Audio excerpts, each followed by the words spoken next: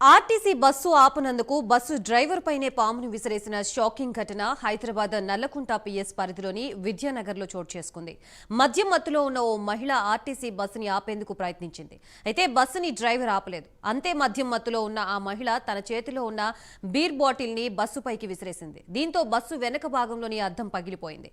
ఈ ఘటనతో బస్సుని ఆపి దాడి చేసిన మహిళని పట్టుకునేందుకు డ్రైవర్ ప్రయత్నించాడు.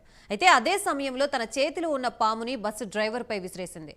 దీంతో షాక్ అయిన డ్రైవర్ అక్కడి నుంచి పరారయ్యాడు. బస్సు డ్రైవర్ ఫిర్యాదు మేరకు దాడి చేసిన మహిళని నల్లకుంట పోలీసులు అదుపులోకి తీసుకున్నారు.